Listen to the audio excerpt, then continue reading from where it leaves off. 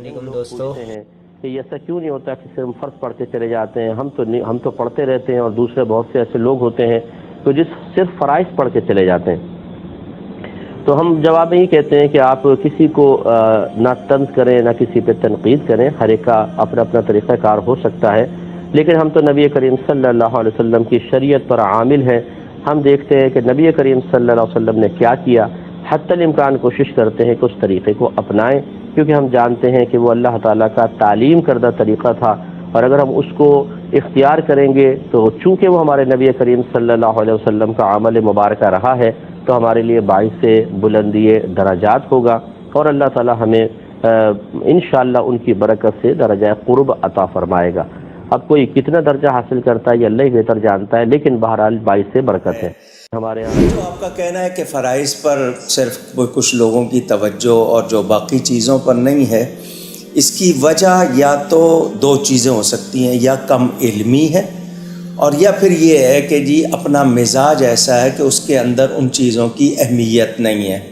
تو میں اپنے سننے دیکھنے والوں سے کہوں گا کہ اگر ہم کسی چیز کو ہلکا سمجھ رہے ہیں، مثلا نماز میں ٹوپی نہ پہننا، مثلا پہلے ہم مسجد میں جانے کے لیے لباس کا اہتمام کرتے تھے، اب پرواہ نہ کرنا، ایسا لباس پہننا جس پہ جانور کی تصویر بنی ہے یا بہت کچھ لکھا ہوا ہے اٹھ پٹانگ، تو یہ جو چیزیں ہیں یہ ہلکا سمجھنا یہ ہمارے لیے بڑا مہنگا بن جاتا ہے، ہمارے لیے مشکل بن جاتا ہے، اس کا وبال آتا ہے۔ تو یہ چیزیں اس خیال سے اگر آپ سمجھ رہے ہیں کہ نہیں کچھ نہیں ہوگا، تو معمولی سی چنگاری بھی کبھی کبھی پوری چیزوں کو جلا دیتی ہے، وہ شعلہ بن جاتی ہے۔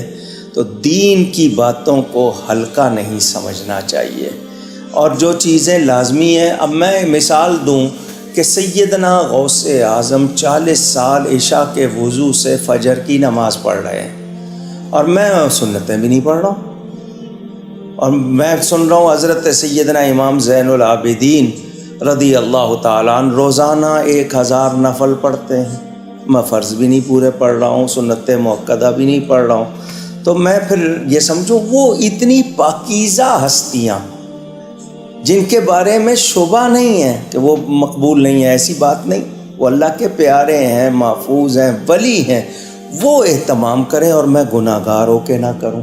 اچھا، اس میں ایک بات یہ بھی آج کل معاشرے میں کم از کم فرض تو پڑھ رہا ہے، تو پھر شاید اگلے دن یہ کہنے لگ جائیں گے کہ میں 1 رکعت پڑھ کے کہوں ان سے تو بہتر ہوں جو وہ بھی نہیں پڑھتے۔ امام ابو حنیفہ رحمۃ اللہ علیہ فرماتے ہیں کہ فرض بھی ہے، واجب بھی ہے، اور سنت مؤکدہ بھی ہے اور غیر مؤکدہ بھی ہے۔ مؤکدہ کا معنی کہ جس کی تاکید ہے کہ حضور پاک نے ہمیشہ پڑھی ہے، جیسے ظہر سے پہلے 4 رکعتیں ہیں، بعض روایات میں 2 بھی ہیں، اور مغرب کے بعد کی 2 رکعت ہیں، فجر سے پہلے کی 2 رکعت ہیں، عشاء کے بعد کی 2 رکعت ہیں، یہ سنن مؤکدہ، یعنی ان کو ہرگز نہیں چھوڑنا چاہیے۔ سنن غیر مؤکدہ ہیں کہ عصر سے پہلے کوئی 4 رکعت پڑھے یا عشاء سے پہلے 4 رکعت پڑھے، سنت تو ہے لیکن غیر مؤکدہ ہے، کبھی حضور نے پڑھی ہے اور کبھی نہیں پڑھی۔ اور واجب کا معنی کیا ہے؟ جس کا فرض کے بعد درجہ ہے کہ حضور نے کبھی سفر میں بھی نہیں چھوڑے،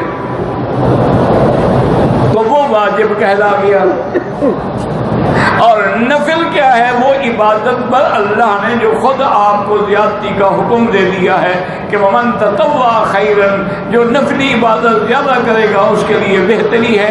اور پھر یاد رکھیں یہ بہتری بھی ہمارے لیے ہے کہ قیامت میں جب حساب ہوگا، اگر ہمارے نمازوں میں نقص ہوگا نوافل سے پورا کیا جائے گا، پھر بھی نقص ہوگا تو سنت سے پورا کیا جائے گا، تاکہ ہمارے فرض جو ہے وہ صحیح ادا ہو جائے۔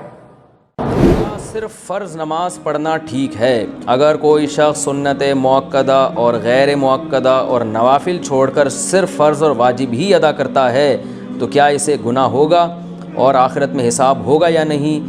نیز کیا اس کی قضا کرنی ہوگی؟ دیکھیں، نوافل چھوڑ دیتا ہے یا سنت غیر مؤکدہ چھوڑ دیتا ہے تو کوئی گناہ نہیں ہے، لیکن اگر صرف سنت یعنی فرائض پہ اکتفا کرتا ہے اور سنت مؤکدہ کبھی بھی نہیں پڑھتا تو پھر یہ گناہ گار ہے، کیونکہ سنت مؤکدہ کو ہمیشہ کے لیے ترک کر دینا علماء کہتے ہیں اس میں گناہ کا خطرہ ہے اور یہ شخص قابل ملامت ہے، کیونکہ سنت مؤکدہ یہی ہے جس کی تاکید بہت زیادہ ہے. جیسے فجر کی 2 سنتیں آپ صلی اللہ علیہ وسلم ہمیشہ پڑھا کرتے تھے، حتیٰ کہ فجر کی سنتیں سفر میں بھی نہیں چھوڑی آپ صلی اللہ علیہ وسلم نے.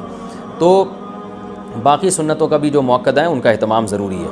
کبھی کبھار چھوٹ جائیں تو کوئی حرج نہیں ہے اس میں، جیسے سفر میں چھوڑ دیں یا کوئی ایمرجنسی ہے یا بہت زیادہ تھکاوٹ ہے، کبھی کبھار چھوڑنے میں کوئی حرج نہیں. اسی طرح رسول اکرم صلی اللہ علیہ وسلم صرف فرض نمازیں نہیں پڑھتے تھے، فرض پڑھتے تھے. کچھ نمازوں کو ہمیشہ پڑھتے تھے جن کو مؤکدہ کہا جاتا ہے، کچھ نمازوں کو کبھی پڑھتے کبھی نہیں پڑھتے جن کو سنت نمازیں کہا جاتا ہے. اس کے علاوہ آپ نفل پڑھتے، تہجد پڑھتے، اشراق پڑھتے، چاشت پڑھتے، اوابین پڑھتے، صلاۃ الخسوف پڑھتے، صلاۃ الکسوف پڑھتے، سورج گرہن کی اور چاند گرہن کی، صلاۃ الاستسقاء پڑھتے، بارش کے لیے پڑھتے.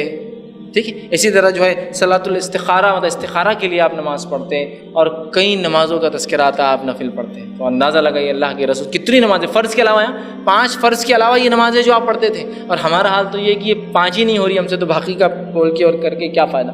یا اس کا طریقہ کیا ڈسکس کریں گے، خسوف کیا اور کسوف کیا، استسقاء کیا اور استخارہ کیا، وہ سب ریلیونٹ ہی نہیں ہوتا، سب کو مقصد ہی نہیں بچتا ہے. جہاں فرض کا ہی قلت ہے کہ لوگ فرض کو نہیں آتے، ان کو کیا دعوت دیں گے کہ یہ نمازیں بھی اس کے علاوہ ہے. سورج گرہن ہوتا اللہ کے رسول مسجد میں، چاند گرہن ہوا آپ مسجد کے اندر، صحابہ جماعت سے نماز پڑھ رہے ہیں. محال ہے سوچنا بھی جماعت سے ایسی نمازیں ہاں بدعتی نمازیں بہت سی پڑھتے ہیں. 10 محرم کی نماز ایک دن مسجد میں ہو رہی ہے، میں نے کہا 10 محرم کی نماز پہلی بار سن رہا ہوں، وہ ہوں گی. لیکن صلاۃ الخسوف نہیں، اس سے فتنہ مچ جائے گا. نہیں نماز شروع ہوگی تو فتنہ ہونے فتنہ نہیں ہونا چاہیے. ٹھیک ہے فتنہ نہیں، بس سنت چھوڑ دو، کوئی مسئلہ نہیں. چلو حالات یہ ہے کہ اگر کوئی نماز بتائی جائے تو لوگ فتنہ سمجھ رہے ہیں اس کو. حالات یہ ہے چونکہ اب عادی نہیں ہے لوگ، تو کیا کریں گے، نئی چیز تو فتنہ ہی لگ رہی ہے لوگوں کو. تو بہرحال نماز کو ہم نے کیا حل کر دیا. اللہ کے رسول تو فرض کے علاوہ اتنی نمازیں پڑھتے تھے، اور آپ صلی اللہ علیہ وسلم اپنی آخری بیماری تک نماز پڑھتے گئے، اور آج ہم جو ہے بہت دھڑلے سے نمازوں کو چھوڑتے ہیں. اسی طرح جمعہ تو آپ ویسے ہی کر سکتے ہیں، مقیم بھی اور مسافر بھی. یہ اللہ تعالیٰ نے سہولت دی ہے. کئی عورتوں نے نماز شروع کر دی اس کی وجہ سے، اور جو آپ کو رکھتے بتائی ہوئی تھی اللہ کے فضل سے 17 صرف عشاء دیاں، اور ہم نے بتایا کہ 17 24 گھنٹے میں ہے. 2 فجر، 4 ظہر، 4 عصر، 3 مغرب اور 4 عشاء. باقی وطر ہو یا سنت موقدہ ہو، جتنا گڑ ڈالیں اتنا میٹھا ہے. ہم تو پڑھتے ہیں لیکن یہ اوبلیگیٹری نہیں ہے. اور جس کو یہ بات سمجھنا ہے نا، اس کے لیے ہمارے پاس علمی پھکیاں بھی ہیں، فوراً سمجھ آئے گی. اچھا آپ یہ بتائیے کہ نبی علیہ السلام رمضان کے علاوہ کتنے نفلی روزے رکھتے تھے ہر مہینے؟ ایٹ لیسٹ 11 روزے رکھتے تھے. 3 ایام 20 کے، چاند کی 13، 14، 15، اور 2 جمعرات اور سوموار کے. مسلم شریف میں آتا ہے. ایام 20 کا بھی ذکر بخاری مسلم میں ہے. تو اگر 4 ویکینڈز بھی بنے تو 8 روزے یہ اور 3 وہ، کتنے ہو گئے؟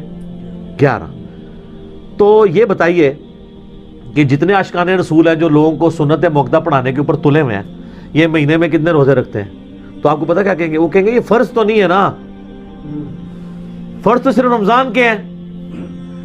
جب ان کو یہ بات سمجھ آئے، ساتھ ہی پھر ان کو کہیں کہ اب نمازوں میں بھی تو آ جاؤ. نمازوں میں بھی فرض وہی ہے جو آپ امام کے پیچھے پڑھتے ہیں، باقی نفلی نماز ہے. کر لیں تو ثواب، نہ کریں تو کوئی گناہ نہیں. اس طرح کریں گے تو سمجھ آئے. اس طرح بھی نہ ہے تو پھر میں مال پانی والے طریقے سے سمجھاتا ہوں. ان سے پوچھیں زکوٰۃ کتنی ہے تو کہیں گے 2.5%. 40واں حصہ 2.5%. تو ان کو کہیں کہ 2.5% تو آپ 20% دے دیا کریں. وہ کہیں گے نہیں فرض تو 2.5% ہی ہے، اوپر جتنا مرضی نکال لیں. نکالتے کون نہیں ویسے اللہ کے فضل سے. وہ ان کو کہ اوپر والا بھی نکالیں، اس کے بغیر آپ کی 2.5% بھی قبول نہیں ہوگی. جیسا کہتے ہیں نا، جو سنتا نہیں پڑھتا ہوتے فرض بھی نہیں ہوتے، جو تراویح نہیں پڑھتا ہوتا روزہ بھی نہیں ہوتا. اب علماء کہتے ہیں نہیں ہم نے تو کبھی نہیں کہا. تو سر یہ جنات کرو آگے ان کو کہانیاں. آپ نے کرائی ہوئی تھی نا، جب ہم نے کہانی پکڑی ہے تو ہم منکر ہو گئے. جی ہم نے کبھی نہیں کہا کہ بت رکھ کے آتے تھے تو رفع دین ہوتا تھا. تو آپ صدیوں تک یہ لائف انجوائے کرتے رہے ہیں یہ والی، اور آپ نے کبھی کسی کو ممبر پہ آج تک کسی حنفی نے کہا کہ یار یہ جھوٹ نہ بولا کرو کہ بت رکھ کے آتے تھے رفع دین ہوتا تھا؟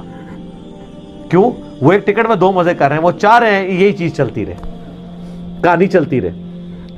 تو وہ آپ کہہ نہیں 2.5% تو فرض ہے تو باقی جتنا مرضی کر لیں. تو اس کو کہ نماز بھی وہ 17 رکھتے ہی فرض ہے، باقی جتنی مرضی کر لیں. پھر وہ بخاری مسلم میں حدیث ہے نا ایک صحابی ہے, ان کا یا رسول اللہ مجھے موٹا موٹا دین بتائیں میں جو کر سکتا ہوں. آپ نے فرمایا کہ 5 نمازوں کی فرض رکھتے پڑھ لو. ٹھیک ہے, فرض نماز کو قائم رکھو 5 نمازوں کی, اور فرض زکوٰۃ دو, اور فرض روزے مہینے کے رمضان کے رکھ لو. حج اس وقت فرض نہیں ہوا تھا, اس لیے حج کا ذکر اس حدیث میں نہیں ملتا. تو جب وہ جانے لگا تو وہ ایک لمحے کے لیے رکا. اس نے کہا یا رسول اللہ میں نہ اس میں اضافہ کروں گا نہ کمی کروں گا, یعنی بھائی مجھ سے فرض کی بات ہوئی میں فرض ہی پڑھوں گا. تو جب وہ چلا گیا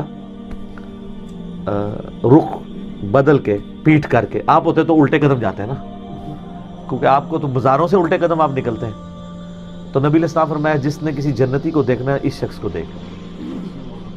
آپ تو وہاں پروٹیسٹ کر دیتے کہ یا رسول اللہ وہ سنتے موعدہ کتنے گئی ہیں, تو اشاعت اس 17 رکعتاں کتنے گئی ہیں. انہوں نے دین کے ساتھ جو کیا ہے نا کھلواڑ, اس کا نقصان یہ ہوا ہے کہ